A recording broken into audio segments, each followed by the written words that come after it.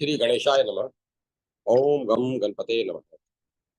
ओम गम गणपते नमः। श्री हरि कूर्म पुराण 35वां अध्याय। प्रयाग महात्म्य। प्रयाग के विभिन्न तीर्थों की महिमा। त्रिपदगा गंगा का महात्म्य। गंगा स्नान का फल।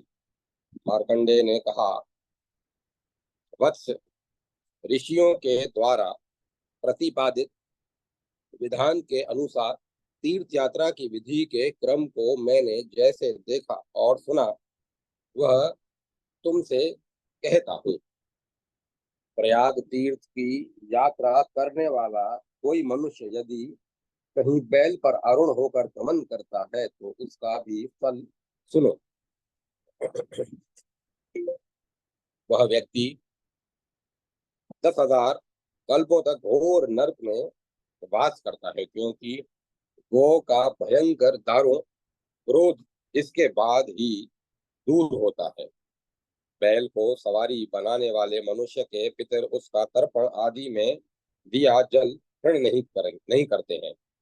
जो अपने सभी पुत्रों एवं बालकों को अपने ही समान यहाँ प्रयाग में स्नान कराता है तथा उन्हें गंगा यमुना का जल पिलाता है और उनके हाथों ब्राह्मणों को दान कराता है, उसे उत्तम गति प्राप्त होती है। जो मनुष्य ऐश्वर्य, लोभ या मोहवश यान द्वारा तीर्थ में जाता है, उसकी वह तीर्थ यात्रा निष्फल होती है।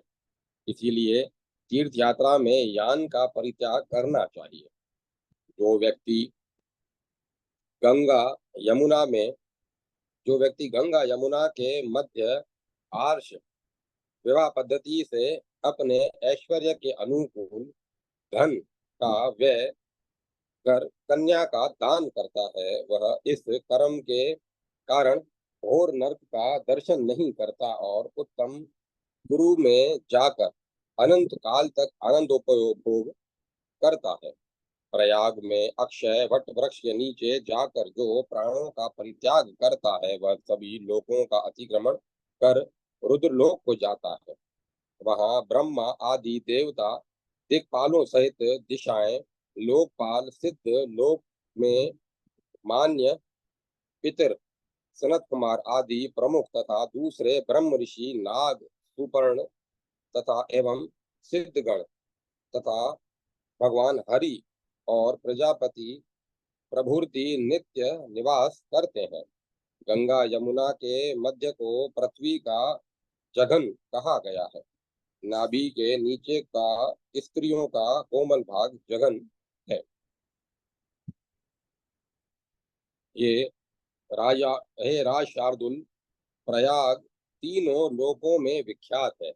वहां गंगा यमुना के संगम पर जो कठोर व्रत धारण कर अभिषेक स्नान करता है, वह अश्वमेध तथा राजस्यु यज्ञ के समान फल प्राप्त करता है। हे तात, माता के कहने अथवा अन्य लोगों के कहने पर प्रयाग जाने की बुद्धि उत्क्रमण परित्याग नहीं करना चाहिए।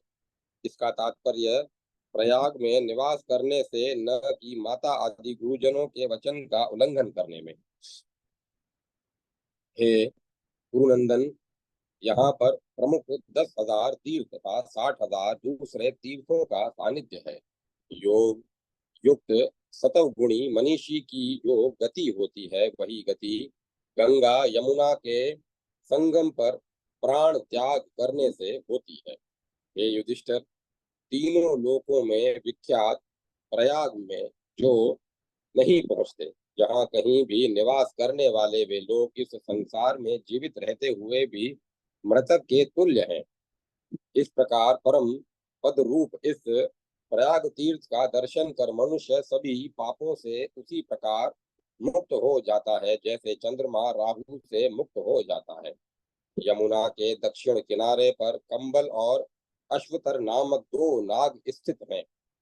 वहां स्नान करने और जल पीने से सभी पापों से मुक्ति हो जाती है। धीमान, महादेव के उस स्थान पर जाकर मनुष्य अपने को तथा 10 पूर्व की और 10 बाद की सभी पीढ़ियों को तार देता है। वहां स्नान करने से मनुष्य अश्वमेध का फल प्राप्त करता है तथा महाप्रलय पर्यंत स्वर्ग लोक प्राप्त करता है। हे राजन, गंगा के पूर्वी तट पर तीनों लोकों में विख्यात सर्व समुद्र नामक ग्रह तथा प्रतिष्ठान प्रसिद्ध है। वहाँ ब्रह्मचर्य पूर्वक तथा क्रोधजयी होकर 3 रात्रि निवास करने वाला मनुष्य सभी पापों से निर्मुक्त होकर अश्वमेध का फल प्राप्त करता है। प्रतिष्ठान नामक स्थान में के उत्तर तथा भागीरथी की बाईं और तीनों लोकों में विख्यात हंस प्रपतन नामक तीर्थ है। उसके स्मरण मात्र से अश्वमेध का फल प्राप्त होता है और वहां जाने वाला व्यक्ति जब तक सूर्य एवं चंद्रमा है तब तक स्वर्ग में प्रतिष्ठा प्राप्त करता है। जो व्यक्ति उर्वशी के हंस के समान अति धवल रम्य विस्तृत तट पर प्राणों का परित्याग करता है, उसका भी जो फल है वह सुनो। हे नाराधिप, वह व्यक्ति 60,000 वर्षों तक पितरों के साथ स्वर्ग लोक में निवास करता है। रमणीय संध्या वट प्रयाग के वट विशेष के नीचे जो मनुष्य जितेंद्रिय होकर ब्रह्मचर्य पूर्वक और पवित्रता से उपासना करता है वह ब्रह्म लोक प्राप्त करता है। जो कोटि तीर्थ प्रयाग में स्थित तीर्थ में पहुंचकर प्राणों का परित्याग करता है वह 1000 करोड़ वर्षों तक स्वर्ग लोक में पूजित होता है। जहाँ बहुत से तीर्थों एवं तपोवनों से युक्त महाभागा गंगा विद्यमान है, उस क्षेत्र को सिद्ध क्षेत्र जानना चाहिए। इसमें किसी भी प्रकार का विचार संशय करना उचित नहीं है। गंगा पृथ्वी पर मनुष्यों को तारती है, नीचे पाताल लोक में नागों को तारती है और भूलोक में देवताओं को तारती है। इसीलिए वह त्रिपथा त्रिपथगा कही गई है। जितने वर्ष तक पुरुष की अस्थियां गंगा में रहती हैं, उतने 1000 वर्षों तक वह स्वर्ग लोक में पूजित होता है। गंगा सभी तीर्थों में परम तीर्थ और नदियों में श्रेष्ठ नदी है। वह सभी प्राणियों यहाँ तक कि महापातकियों को भी मोक्ष प्रदान करने वाली है। गंगा स्नान सर्वत्र सुलभ होने पर भी गंगा द्वार, हरिद्वार, प्रयाग एवं गंगा सागर इन 3 स्थानों में दुर्लभ होती है। उत्तम गति की इच्छा करने वाले तथा पाप से उपहत चित्त वाले सभी प्राणियों के लिए गंगा के समान और कोई दूसरी गति नहीं है। यह सभी पवित्र वस्तुओं से अधिक पवित्र और सभी मंगलकारी पदार्थों से अधिक मांगलिक है। महेश्वर के मस्तक से होकर इस लोक में आने के कारण यह सभी पापों का हरण करने वाली और शुभ है। सतयुग में अनेक तीर्थ होते हैं। त्रेता का श्रेष्ठ तीर्थ पुष्कर है, द्वापर का कुरुक्षेत्र है और कलयुग में गंगा की ही विशेषता है। गंगा की ही सेवा करनी चाहिए। विशेष रूप से प्रयाग में गंगा की सेवा करनी चाहिए। कलयुग में उत्पन्न अत्यंत कठिन पाप को दूर करने के कोई अन्य तीर्थ समर्थ नहीं है। इच्छा अथवा अनिच्छा पूर्वक जो गंगा में मृत्यु प्राप्त करता है वह मृत व्यक्ति स्वर्ग जाता है और नरक का दर्शन नहीं। इस प्रकार 6000 श्लोकों वाली श्री कूर्म पुराण संहिता के पूर्व भाग में 35वां अध्याय समाप्त हुआ। जय माता सरस्वती। जय माता सरस्वती। 36वां अध्याय प्रयाग महात्म्य। माघ मास में संगम स्नान का फल। त्रिमाघी की महिमा। प्रयाग में प्राण त्याग करने का फल। मार्कंडेय जी ने कहा, युधिष्ठिर, गंगा और यमुना के संगम पर माघ महीने में 60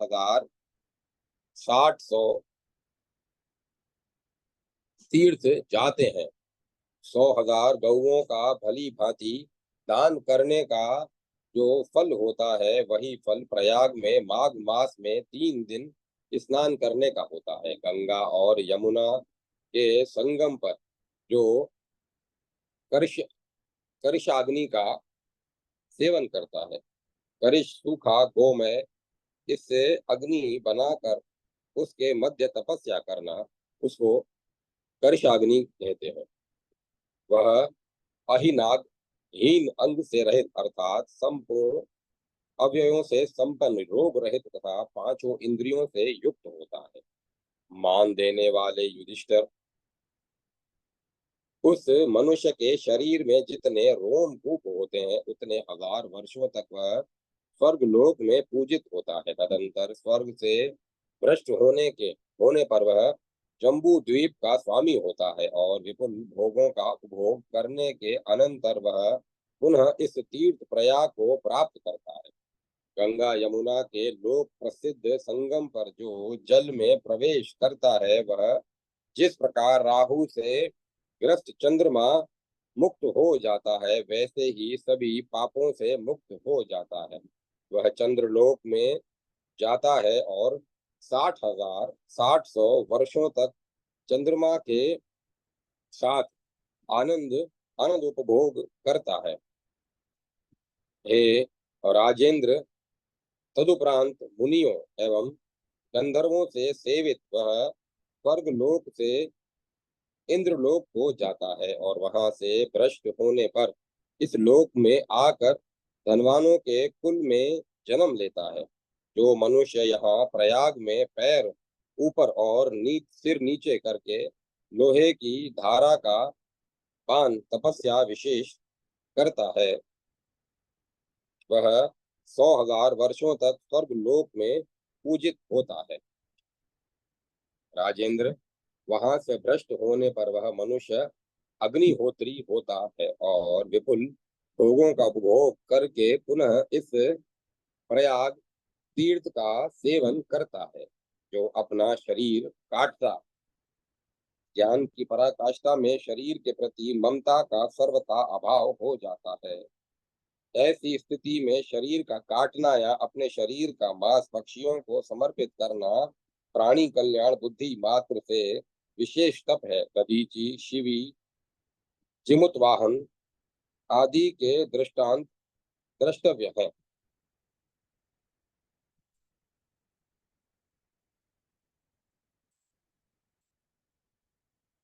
वह अपना शरीर काटता है अथवा पक्षियों को देता है, ऐसे पक्षियों द्वारा खाए गए मांस वाले उस पुरुष को भी फल प्राप्त होता है। उसे सुने, वह 100,000 वर्षों तक चंद्रलोक में पूजित होता है।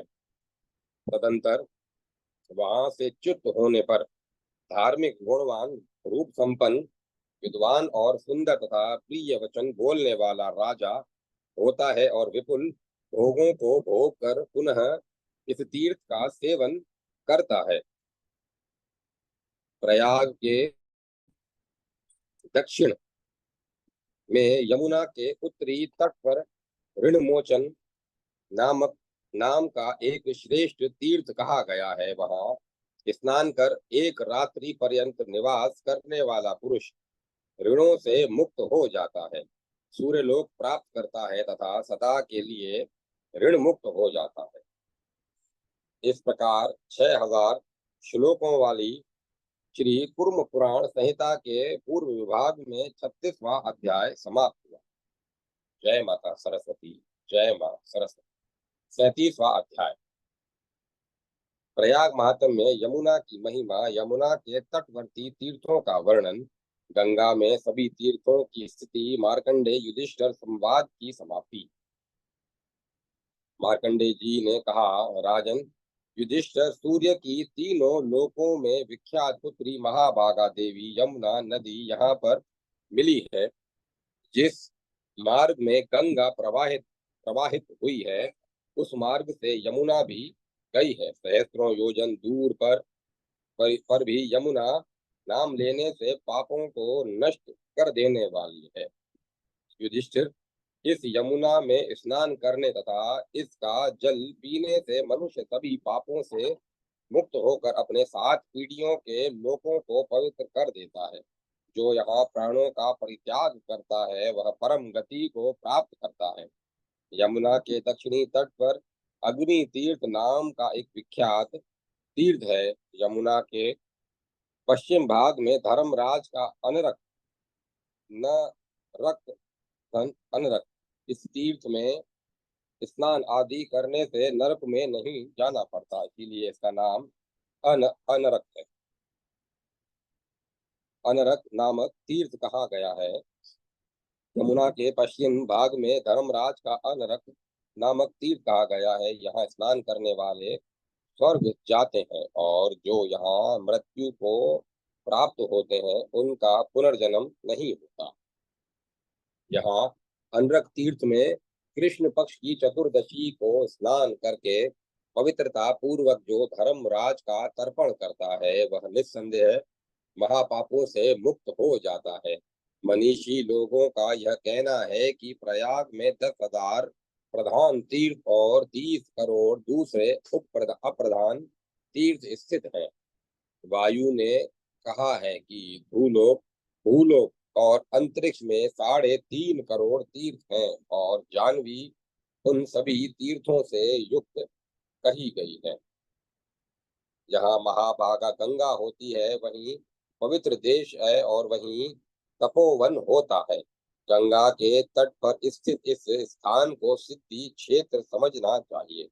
जहाँ देवी के साथ महादेव महेश्वर देव वटेश्वर स्थित हैं, वह स्थान नित्य तीर्थ है और वह तपोवन है। इस सत्य को द्विजातियों साधुओं मित्रों अपने पुत्र तथा अनुगामी शिष्य के कान में कहना चाहिए। यह प्रयाग धन्य है, स्वर्ग फलप्रद स्वर्ग रूप फल को देने वाला है। यह पवित्र सुख पुण्य रमणीय पावन और उत्तम धर्म युक्त है। यह महर्षियों के लिए गोपनीय रहस्य है, सभी पापों को नष्ट करने वाला है। यहाँ द्विज वेद का स्वाध्याय कर निर्मल हो जाता है। जो व्यक्ति नित्य पवित्रता पूर्वक इस पुण्यप्रद तीर्थ का वर्णन सुनता है वह जन्मांतरों की बातों को स्मरण करने वाला हो जाता है और स्वर्ग लोक में आनंद प्राप्त करता है। शिष्ट मार्ग का अनुसरण करने वाला सज्जन पुरुष ऐसे तीर्थों में जाते हैं। गुरु के वंशधर युधिष्ठिर तीर्थों में स्नान करो।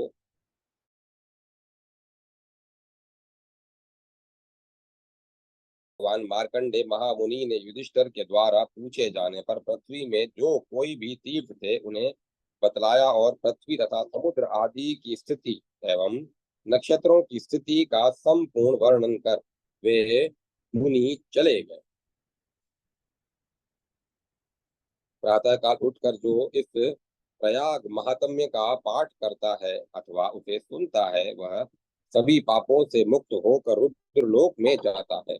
इस प्रकार 6,000 श्लोकों वाली श्री कूर्म पुराण संहिता के पूर्व विभाग में 37वां अध्याय समाप्त हुआ। जय माता सरस्वती। जय माता सरस्वती। 38वां अध्याय भुवन कोश वर्णन में राजा प्रियव्रत के वंश का वर्णन। प्रियव्रत के पुत्र राजा अग्निध्र के वंश का वर्णन। जम्बू आदि 7 द्वीपों का तथा वर्षों का वर्णन। जम्बू द्वीप के 9 वर्षों में राजा अग्निध्र के नाभि किम पुरुष आदि 9 पुत्रों का अधिपत्य। श्री कुर्म ने कहा, ऐसा कहे जाने पर नैमिषारण्य में निवास करने वाले मुनियों ने महाबुद्धिमान सुतजी से पृथ्वी आदि के संबंध में निर्णय पूछा। ऋषियों ने कहा, हे सुतजी, आपने स्वयंभू मनवंतर की शुभ सृष्टि को बतलाया। अब इस समय हम लोग त्रिलोक्य मंडल का वर्णन सुनना चाहते हैं। जितने सागर द्वीप वर्ष पर्वत वन तथा नदियां हैं और सूर्य आदि ग्रहों की जो स्थिति है, इन सभी का वर्णन करें। हे सुत जी, यह सब कुछ जिसके आधार पर टिका है और प्राचीन काल में यह पृथ्वी जिन राजाओं के अधिकार में रही है, उन सभी विषयों का संक्षेप में आप वर्णन करें। सुत जी ने कहा, देवों के आदि देव अप्रेमय प्रभु विष्णु विष्णु को मैं नमस्कार कर मैं उन ईमान द्वारा जो कुछ कहा गया है उसे बताता हूँ।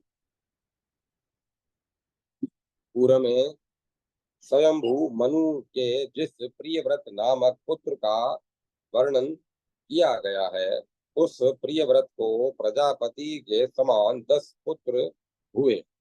अग्निद्र, अग्निबाहु, वपुष्मान, श्रुतिमान, मेधा, मेधातिथि, हव्य, सवन और पुत्र तथा महान बलशाली एवं पराक्रमी, धार्मिक, दान परायण और सभी प्राणियों पर दया करने वाला ज्योतिषमान नामक 10वां पुत्र था। मेधा, अग्निबाहु तथा पुत्र ये तीनों योग परायण थे। पूर्व जन्मों का स्मरण करने वाले इन महाभाग्यशालियों विरक्तों का मन राज्यकार में नहीं लगा। अतः प्रियव्रत ने अपने अन्य उन 7 पुत्रों को 7 द्वीपों में अभिषिक्त कर दिया।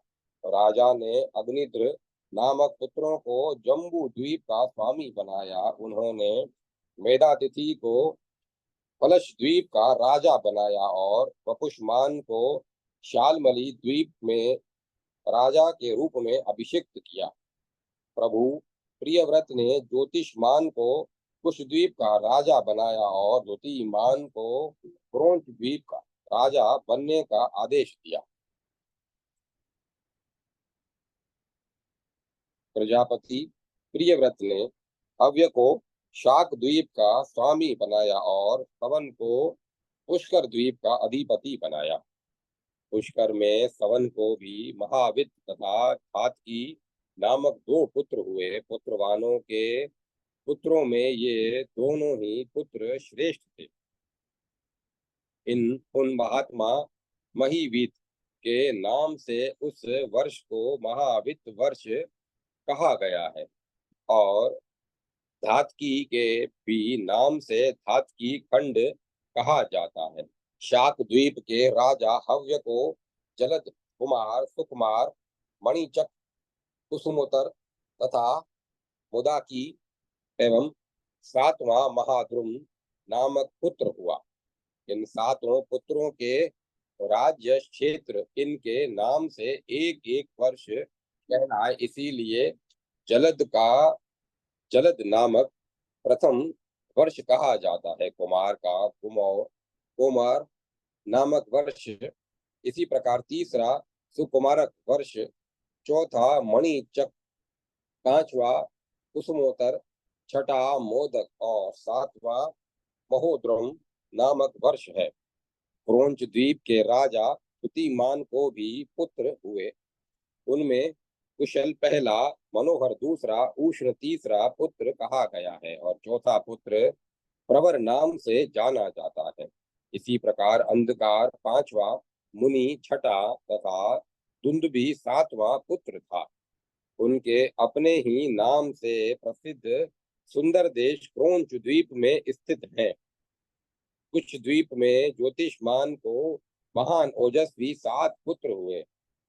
उद्भेद, वेणुमान, अश्वरथ, लंबन, धृति और 6ठा प्रभाकर और 7वां कपिल कहा गया है। हे सुवर्तों, इस कुश द्वीप में उनके नाम से युक्त वर्ष है। इसी प्रकार उन अन्य द्वीपों में भी स्थिति समझनी चाहिए। शालमल द्वीप के स्वामी वपुष्मान हैं। श्वेत, हरित, जिमुत, रोहित, विद्युत और मानस तथा 7वें सुप्रभ नामक पुत्र थे। कलश द्वीप के राजा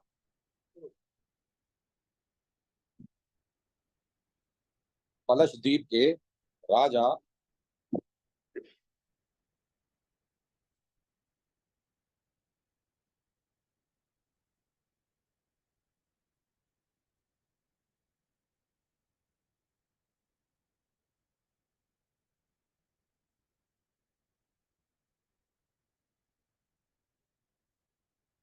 पलश द्वीप के उन्हें मेधातिथि को पलश द्वीप का राजा बनाया गया। पूर्व में स्वयंभू मनु के जिस प्रियव्रत नामक पुत्र का वर्णन किया गया है, उस प्रियव्रत को प्रजापति के समान 10 पुत्र हुए। अग्निद्र, अग्निबाहु, वपुष्मान, द्युतिमान, मेधा, मेधातिथि, हव्य, सवन और पुत्र तथा महान, बलशाली एवं पराक्रमी, धार्मिक, दान परायण और सभी प्राणियों पर दया करने वाला ज्योतिषमान नामक 10वां पुत्र था। मेधा, अग्निबाहु और तथा पुत्र ये तीनों योग परायण थे। पूर्व जन्मों का स्मरण करने वाले इन महाभाग्यशालियों विरक्तों का मन राज्य कार्यों में नहीं लगा। अतः प्रियव्रत ने अपने अन्य उन 7 पुत्रों को 7 द्वीपों में अभिषिक्त कर दिया। राजा ने अग्निद्र नामक पुत्र को जम्बू द्वीप का स्वामी बनाया। उन्होंने मेधातिथि को पलश द्वीप का राजा बनाया और पुष्मान को शालमली द्वीप में राजा के रूप में अभिषिक्त किया। प्रभु प्रियव्रत ने ज्योतिषमान को कुशद्वीप का राजा बनाया और द्युतिमान को क्रोंच द्वीप का राजा बनने का आदेश दिया। प्रजापति प्रियव्रत ने हव्य को शाक द्वीप का स्वामी बनाया और सवन को पुष्कर द्वीप का अधिपति बनाया। पुष्कर में सवन को ही महावित और धातकी नामक 2 पुत्र हुए। पुत्रवानों के पुत्रों में ये दोनों ही पुत्र श्रेष्ठ थे। उन महात्मा महावित के नाम से उस वर्ष को महावित वर्ष कहा गया है और धातकी के भी नाम से धातकी खंड कहा जाता है। शाक द्वीप के राजा हव्य को जलद, कुमार, सुकुमार, मणिचक, कुसुमोत्तर तथा मदोकी एवं 7वां महोद्रम नामक पुत्र हुआ। इन 7 पुत्रों के राज क्षेत्र इनके नाम से एक एक वर्ष कहलाए, इसीलिए जलद का जलद नामक प्रथम वर्ष कहा जाता है। कुमार का कुमोर नामक वर्ष, इसी प्रकार तीसरा सुकुमारक वर्ष, चौथा मणिचक, 5वां कुसुमोत्तर, 6ठा मोदक और 7वां महोद्रम नामक वर्ष। क्रोंच द्वीप के राजा द्युतिमान को भी पुत्र हुए। उनमें कुशल नामक मनोहर दूसरा उष्ण तीसरा पुत्र कहा गया है और चौथा पुत्र प्रवर नाम से कहा जाता है। इसी प्रकार अंधकार 5वां मुनि, 6ठा तथा धुंधुमान 7वां पुत्र था। उनके अपने ही नाम से प्रसिद्ध सुंदर देश क्रोंच द्वीप में स्थित है। कुछ द्वीप में ज्योतिषमान को महान ओजस्वी 7 पुत्र हुए। उद्भेद, वेणुमान, अश्वरथ, लंबन, धृति और 6ठा प्रभाकर और 7वां कपिल कहा गया। ये सुवर्तों इस कुश द्वीप में उनके नाम से युक्त वर्ष है। इसी प्रकार उन अन्य द्वीपों में भी स्थिति समझनी चाहिए। शालमल द्वीप के स्वामी वपुष्मान हैं। श्वेत, हरित, जिमुत, रोहित, वेदुत और मानस तथा 7वें सुप्रभ नामक पुत्र थे। पलश द्वीप के राजा मेधातिथि के भी 7 पुत्र हुए। इनमें ज्येष्ठ पुत्र शांत भय था। उसके अतिरिक्त शिशिर, सुखोदर, आनंद, शिव, क्षेमक तथा ध्रुव नामक पुत्र थे। द्विजों, कलश द्वीप आदि से लेकर शाक द्वीप तक वर्ण और आश्रम के भेद से स्वधर्म पालन को मुक्ति का साधन समझना चाहिए। हे श्रेष्ठ द्विजों, जम्बू द्वीप के अधिपति अग्निध्र के भी महान बलशाली पुत्र थे। उनके नाम सुनो। नाभि, किम पुरुष, हरि, इलाव्रत, रम्य, हिरणवान, कुरु, भद्राक्ष और केतु मालक नामक 9 पुत्र थे। जम्बू द्वीपेश्वर महामती उन राजा अग्निद्र ने जम्बू द्वीप को 9 भागों में बांट कर न्यायानुसार उन पुत्रों को दे दिया। अग्निद्र ने नाभि को दक्षिण दिशा में स्थित हिम नामक वर्ष प्रदान किया। तदंतर किम पुरुष को हेमकुट नामक वर्ष दिया। पिता अग्निद्र ने हरि को तृतीय नेषद नामक वर्ष प्रदान किया और इलाव्रत को मेरु के मध्य में स्थित इलाव्रत नामक वर्ष दिया। पिता ने रम्य को नीलाचल युक्त वर्ष प्रदान किया और जो उत्तर में स्थित श्वेत वर्ष है उसे हिरण्यवान को दिया। श्रृंगवान पर्वत के उत्तर में स्थित उत्तर कुरु नामक वर्ष कुरु को दिया और मेरु के पूर्व में स्थित भद्राश्व नामक वर्ष भद्राश्व को दिया तथा गंधमादन नामक वर्ष केतुमाल को प्रदान किया। इन वर्षों में अपने पुत्रों को अभिषिक्त कर राजा अग्निद्र संसार के कष्ट को जानकर तपस्या करने के लिए वन में चले गए। जिन महात्मा नाभि के पास हिम नामक वर्ष था उन्हें मेरु देवी ने महान द्युतिमान वृषभ नामक पुत्र उन्हें मरु देवी से महान द्युतिमान वृषभ नामक पुत्र हुआ। ऋषभ ऋषभ नामक पुत्र हुआ। ऋषभ को 100 पुत्रों में सबसे ज्येष्ठ भरत नामक वीर पुत्र उत्पन्न हुआ। भरत नामक पुत्र को ऋषि पृथ्वी के अधिपति के रूप में अभिषिक्त कर राजा ऋषभ वानप्रस्थ आश्रम का आश्रय लेकर यथा विधि तप करने लगे। तपस्या से अत्यंत क्षीण होने के कारण वे इतने कृश हो गए कि उनके शरीर की नाड़ियां दिखती थी। तपः पूत वे ज्ञानोपयोग परायण होकर महापाशुपत हो गए। उन भरत को भी सुमति नामक परम धार्मिक पुत्र हुआ। सुमति का पुत्र तेजस और उस तेजस से इंद्रधुमन उत्पन्न हुआ।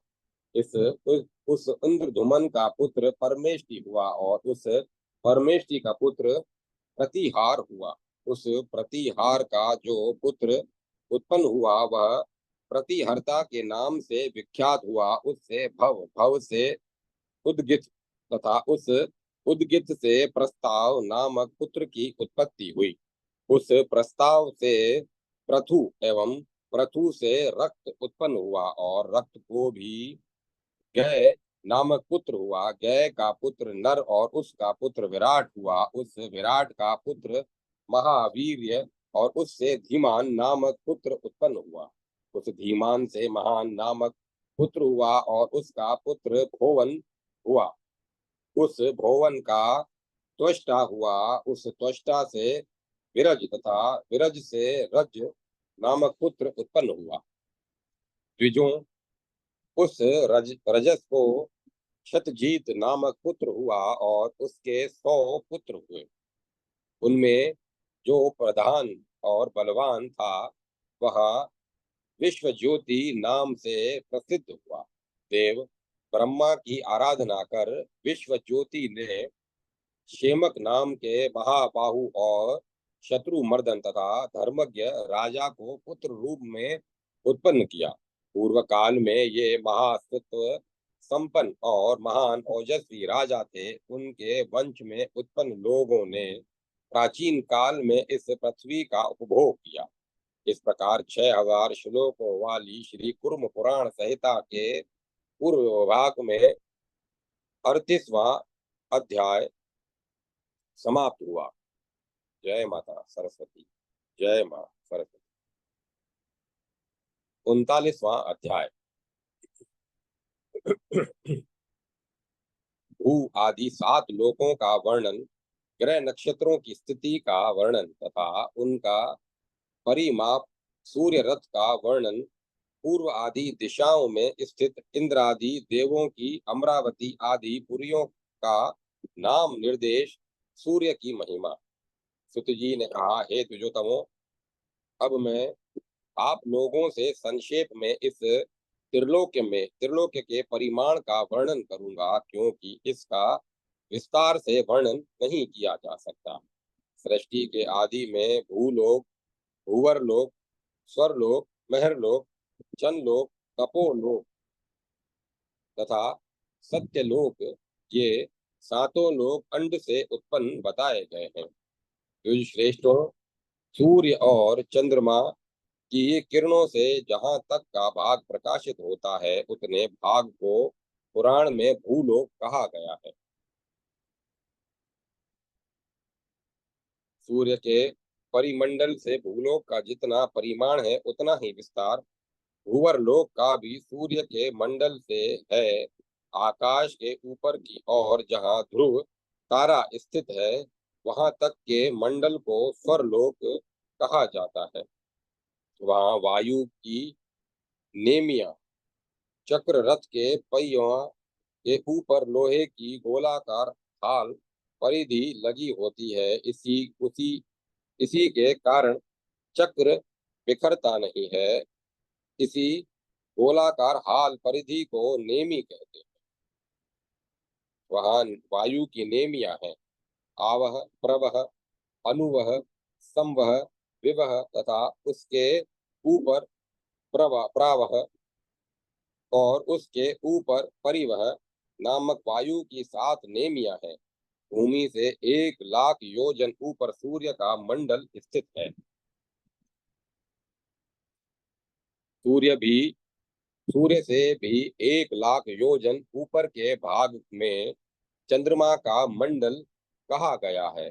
उससे 1 लाख योजन पर स्थित संपूर्ण नक्षत्र मंडल प्रकाशित होता है।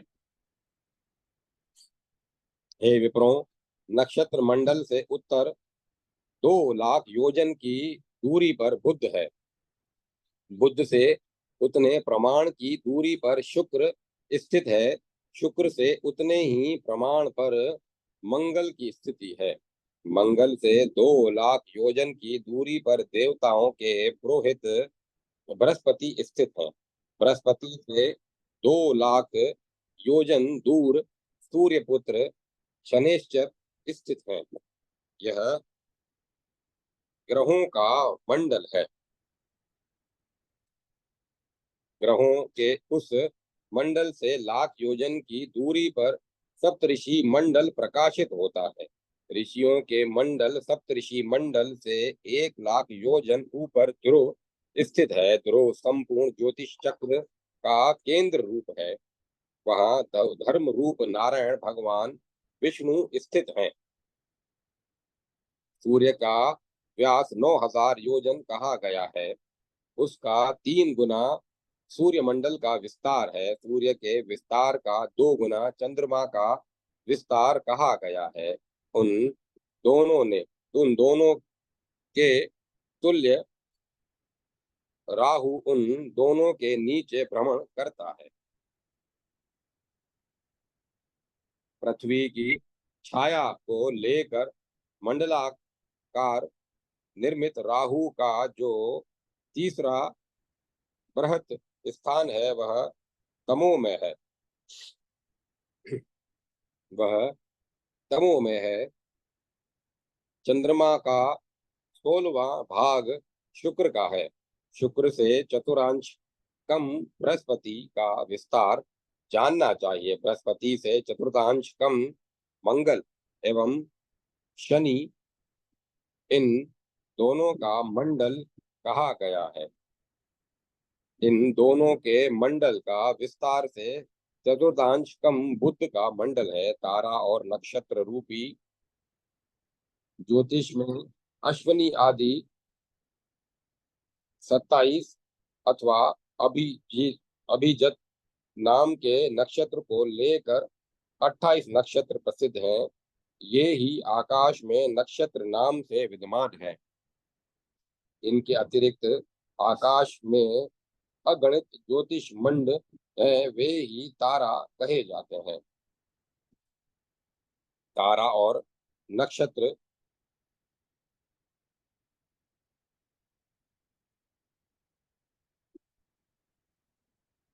तारा और नक्षत्र रूपी जो शरीरधारी हैं, वे सभी मंडल एवं विस्तार से बुद्ध के तुल्य हैं।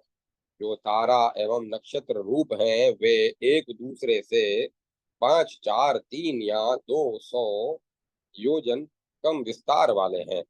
सभी छोटे बड़े ताराओं का मंडल ग्रह पिंडों से छोटे और 1 योजन या आधे योजन परिमाण वाले हैं। उनसे छोटा कोई विद्यमान नहीं है। उनसे ऊपर दूरगामी जो शनि, बृहस्पति तथा मंगल है, उन्हें मंद गति से विचरण करने वाला समझना चाहिए।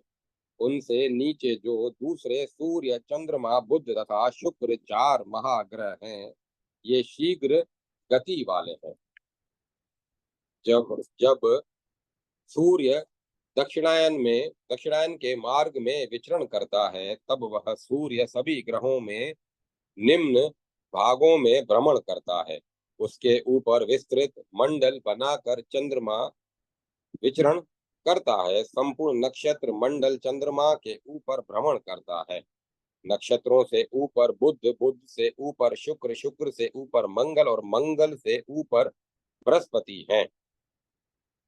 उस बृहस्पति से भी ऊपर शनेश्वर, उससे ऊपर सप्तऋषि मंडल तथा सप्तऋषि मंडल के ऊपर ध्रुव स्थित है।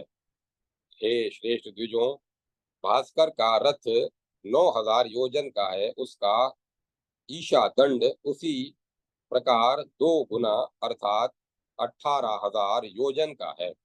उसका धुरा 1.5 करोड़ 70 लाख योजन का है और उसी में चक्र, रथ का पहिया प्रतिष्ठित है। 3 नाभि, 5 अरे और 6 नेमियों वाले संवत्सर में उस अक्षय चक्र में यह संपूर्ण काल चक्र प्रतिष्ठित है। द्विजतमो, सूर्य के रथ का दूसरा अक्षय चक्र का धुरा 40 तथा 5,500 योजन का है। दोनों ओर के युगार्ध चुआ का प्रमाण उस अक्षय धुर्रे के परिमाण के बराबर है। धुर्रे के आधार में स्थित हर्स्व अक्ष उस युगार्ध जुआ के बराबर है। द्वितीय अक्ष में स्थित उस रथ का चक्र मनसाचल पर स्थित है। 7 छंद उस रथ के अश्व हैं। उनके नाम सुनो: गायत्री, प्रहति, पुष्णिक, जगती, पंक्ति, अनुष्टुप तथा त्रिष्टुप। ये 7 छंद सूर्य के 7 अश्व कहे गए हैं। मनसाचल पर पूर्व दिशा में महेंद्र की महापुरी है। दक्षिण में यम की, पश्चिम में वरुण की, उत्तर में सोम की नगरी है। उनके भी नाम सुनो: अमरावती, संयमनी, सुखा तथा विभा। ये क्रम से इंद्र आदि की महापुरियां हैं। दक्षिण दिशा में स्थित देवों के भी देव प्रजापति सूर्य ज्योतिष चक्र को ग्रहण कर प्रक्षिप्त बाण के समान भ्रमण करते हैं। विप्रेंद्रों, 7 द्वीपों में दिन के मध्य एवं रात्रि के अर्ध भाग में सूर्य सदा सम्मुख रहता है। उदय और अस्त के समय भी सदा सम्मुख रहता है। ये ईश्वर सूर्य कुमार के चक्र के समान सभी दिशाओं तथा विदिशाओं में भ्रमण करते हैं। हे द्विजों, पृथ्वी का त्याग करते हुए ये दिन और रात्रि का निर्माण करते हैं। ये तीनों भुवन सूर्य की किरणों से व्याप्त हैं। हे मुनि श्रेष्ठों, विद्वानों ने समस्त लोकों को त्रिलोक्य के नाम से कहा है। संपूर्ण त्रिलोकी के मूल सूर्य की हैं, इसमें संशय नहीं। देवता, असुर तथा मनुष्यों से युक्त संपूर्ण जगत इन्हीं से उत्पन्न होता है। रुद्र, इंद्र, उपेंद्र, चंद्रमा एवं श्रेष्ठ विप्रों तथा समस्त देवताओं का जो तेज है, बुद्धिमानों का जो प्रकाश है, और समस्त लोकों का जो संपूर्ण तेज है, वह सूर्य का ही तेज है। सूर्य ही सभी लोकों के स्वामी, सर्वात्मा, प्रजापति, महान देव, तीनों लोकों के मूल और परम देवता हैं। इसी प्रकार अधिकारी रूप में जो अन्य 12 आदित्य देवता हैं, वे उन्हीं सूर्य के अंश हैं और विष्णु के मूर्ति रूप हैं। वे उन्हीं के पद कार्य को संपन्न करते हैं। गंधर्व, देवता, नाग तथा किन्नर आदि सभी हजारों किरणों वाले सूर्य को नमस्कार करते हैं। श्रेष्ठ द्विजों श्रेष्ठ द्विज विविध यज्ञों के द्वारा छंदोमय एवं ब्रह्म स्वरूप पुरातन सूर्य देव का यजन करते हैं। इस प्रकार 6000 श्लोकों वाली श्री कुर्म पुराण संहिता के पूर्व भाग में 39वां अध्याय समाप्त हुआ। जय माता सरस्वती। जय मां सरस्वती। 40वां अध्याय। सूर्य रथ तथा द्वादश आदित्यों के नाम। सूर्य रथ के अधिष्ठात्र देवता आदि का वर्णन। सूर्य की महिमा। सुत जी ने कहा, वे सूर्य देव सभी देवों, द्वादश आदित्यों, अष्ट वसुओं, गंधर्वों, अप्सराओं, ग्रामणी, सर्पों तथा राक्षसों सहित उस रथ पर अधिष्ठित रहते हैं। धाता, अर्यमा, मित्र, वरुण, इंद्र, विवस्वान, कुशा, पर्जन्य, अंशु, भग, त्वष्टा तथा विष्णु, ये 12 आदित्य हैं। ये क्रमशः वसंत आदि ऋतुओं में भानु को अप्यातित करते हैं। पुलत्स्य, पुनः अत्रि, वशिष्ठ, अंगिरा, भृगु, भारद्वाज, गौतम, कश्यप, क्रतु, जमदग्नि तथा कौशिक, ये ब्रह्मवादी मुनि अनेक प्रकार के छंदों, वैदिक मंत्रों के द्वारा क्रमशः सूर्य देव की स्तुति करते हैं।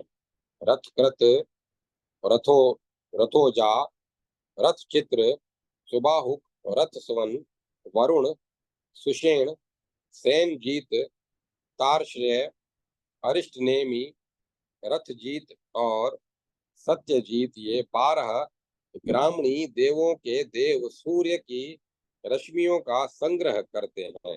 हे विप्रेंद्रों, हेति, प्रहेति, पौरुषेय, वध, सर्प, व्याघ्र, आप,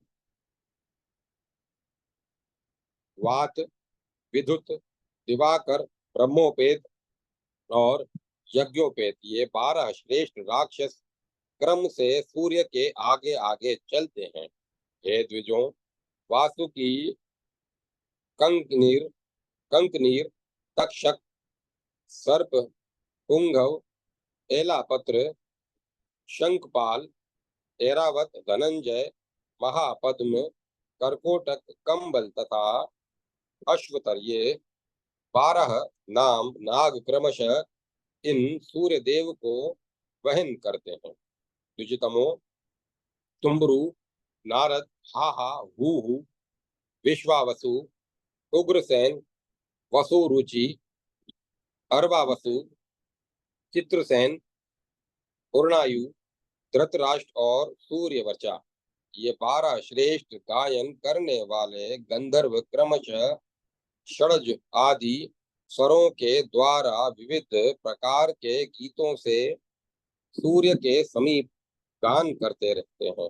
हे द्विजतमो, अप्सराओं में श्रेष्ठ अप्सरा क्रतु, स्थला, कुंजिक स्थला, मेनका, सहजन्या, ब्रह्मलोचा, अनुम लोचा, धृताची, विश्वाची, पूर्वशी, पूर्वचित्ती, अनन्या और तिलोत्तमा, ये 12 अप्सराएं विक्रमशः वसंत आदि ऋतुओं में विविध तांडव आदि नृत्यों के द्वारा इन अव्यय आत्मस्वरूप महान देवता भानु को संतुष्ट करती हैं। इस प्रकार ये देवता क्रमशः दो दो महीनों में वसंत आदि 6 ऋतुओं में सूर्य में प्रतिष्ठित रहते हुए तेजोनिधि सूर्य को अपने तेज से अपयातित करते हैं। मुनिगण स्वयं स्वयं रचित स्तुतियों से सूर्य की स्तुति करते रहते हैं और अप्सराएं एवं गंधर्व नृत्य तथा गीतों के द्वारा उनकी उपासना करते हैं। ग्रामणी यश और भूतगण सूर्य देव से रश्मियों का संग्रह करते हैं। सर्प देवताओं के ईश सूर्य को वहन करते हैं और राक्षस उनके आगे आगे चलते हैं। बालखिल्य नामक मुनिगण सूर्य को आवृत कर उदयाचल से अस्ताचल तक ले जाते हैं। पूर्व में कहे गए ये द्वादश आदित्य तपते बस बरसते प्रकाश करते बहते एवं सृष्टि करते हैं। इनका कीर्तन करने पर ये प्राणियों के अशुभ कर्मों को दूर करते हैं।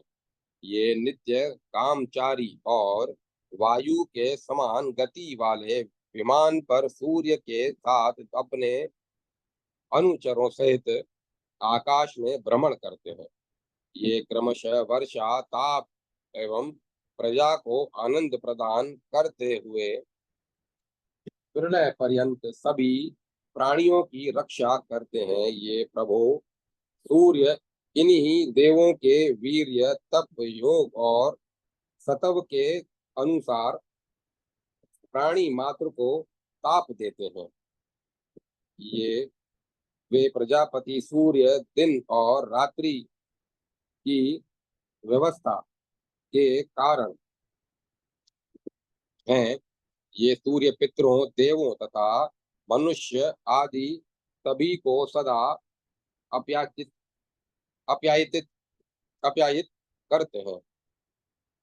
वेदज्ञों के आराध्य सनातन नीलग्रीव महादेव साक्षात देव महादेव महेश्वर की सूर्य के रूप में प्रकाशित होते हैं। वेदज्ञ लोग आदित्य सूर्य को वेद का विग्रह शरीर ही मानते हैं और यही वेद विग्रह आदित्य देव महान परमेष्ठी प्रजापति है। इस प्रकार 6000 श्लोकों वाली श्री कुर्म पुराण संहिता के पूर्व विभाग में 40वां अध्याय समाप्त हुआ। जय माता सरस्वती। जय मां सरस्वती। 41वां अध्याय। सूर्य की प्रधान 7 रश्मियों के नाम, इनके द्वारा ग्रहों का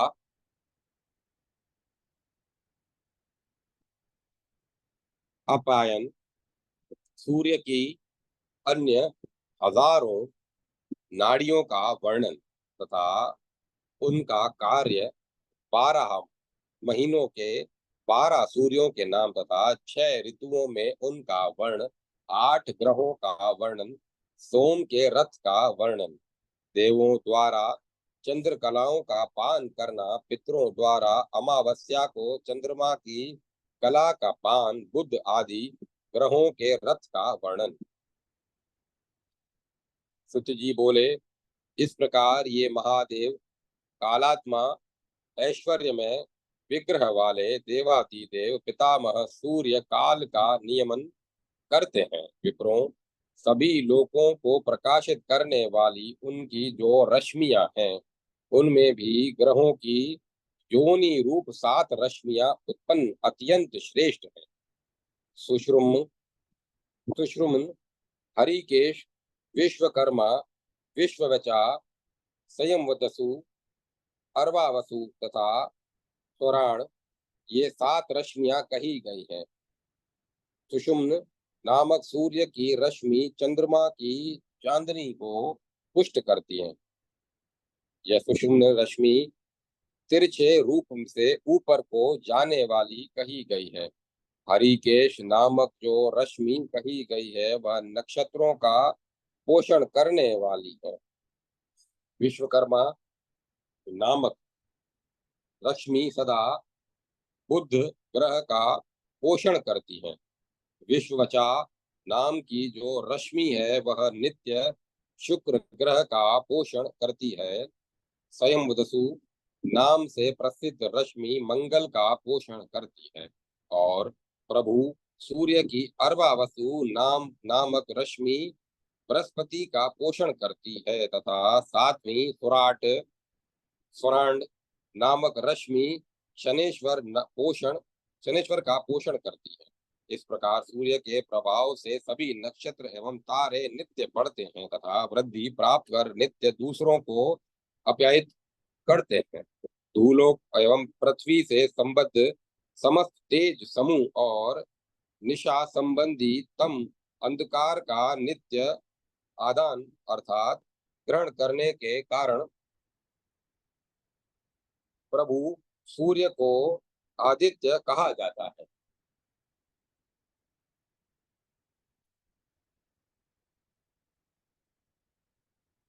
हजारों नेत्रों वाले वे अपनी हजारों नाड़ियों किरणों द्वारा चारों ओर के नदियों, समुद्रों, कूपों, स्थावर तथा जगम और नहरों आदि के जल का ग्रहण करते हैं।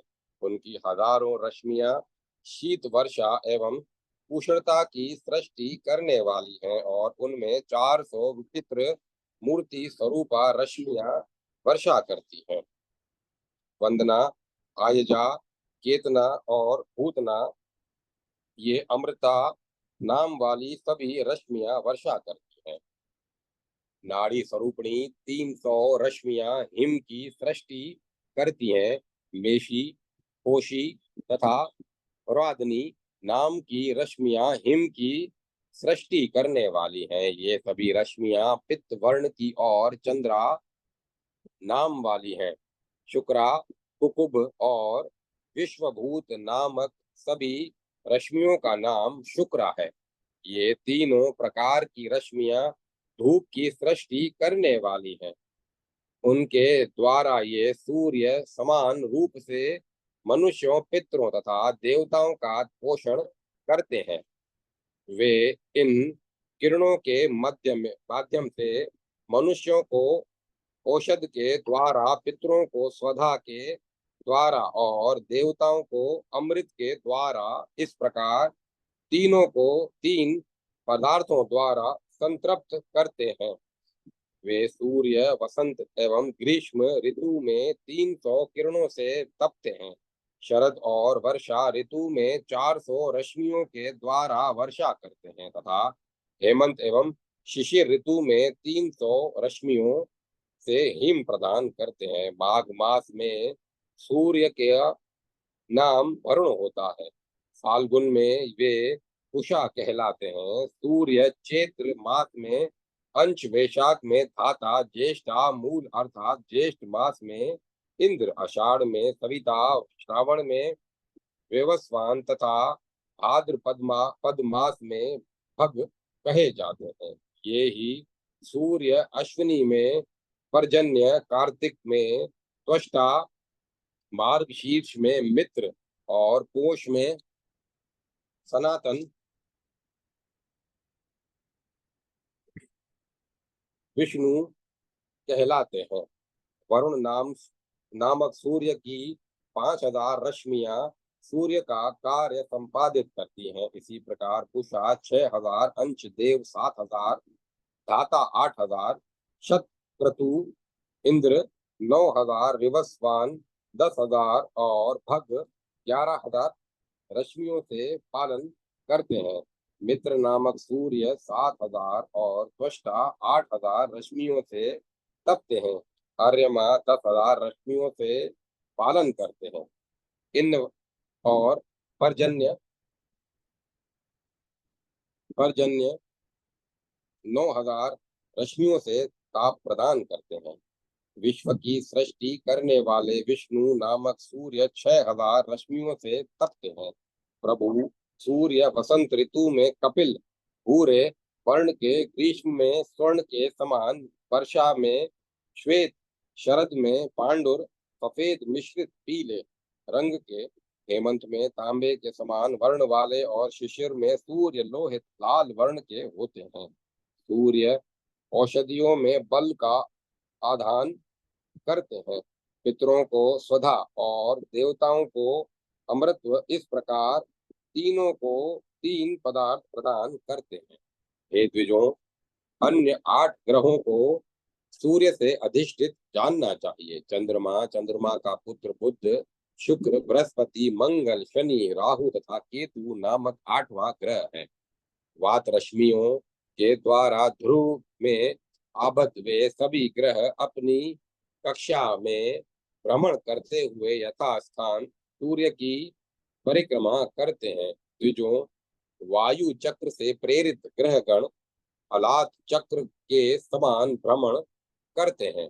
चूंकि वायु उनका वहन करती है, इसीलिए उसे प्रवह कहा जाता है। सोम का रथ 3 चक्रों वाला है। उसके वाम और दक्षिण भाग में कुंद पुष्प के समान वर्ण वाले 10 अश्व जुते हैं। इसी रथ से निशाकर चंद्रमा सूर्य के समान अपनी कक्षा में स्थित होकर नक्षत्रों के मध्य परिभ्रमण करता है। हे विप्रेंद्रों, चंद्रमा की रश्मियों की क्रमशः ह्रास और वृद्धि होती रहती है। दिन के क्रमानुसार शुक्ल पक्ष में चंद्रमा के परभाग में स्थित सूर्य सोम चंद्र को निरंतर आपूरित करता है। हे विप्रों, देवताओं द्वारा अमृत पान किए जाने के कारण क्षीण हुए चंद्रमा को सूर्य सुषुम्ना नामक एक रश्मि किरण से नित्य अप्यायित करते हैं। सूर्य के तेज से चंद्रमा का वह क्षीण शरीर पुष्ट होता है। अतएव दिन के क्रमानुसार पूर्णिमा को वह चंद्रमा संपूर्ण रूप से दिखाई देता है। हे विप्रों, देवता उस अमृत स्वरूप संपूर्ण सोम का आधे महीने तक पान करते हैं, क्योंकि वे देवता अमृत का भोजन करने वाले होते हैं। तदंतर 15वें भाग में किंचित कलात्मक भाग शेष बचने पर उपरांत में पितृगण उस अंतिम भाग का सेवन करते हैं। पितृगण चंद्रमा की अवशिष्ट अमृत स्वरूपणी अमृतमयी तथा पवित्र सुधा नामक कला का 2 लव काल विशेष तक पान करते हैं। अमावस्या के दिन चंद्रमा की किरणों से निकलने वाले सुधा नामक अमृत का पान करने से पितृ महीने भर के लिए तृप्ति प्राप्त कर स्वस्थ हो जाते हैं।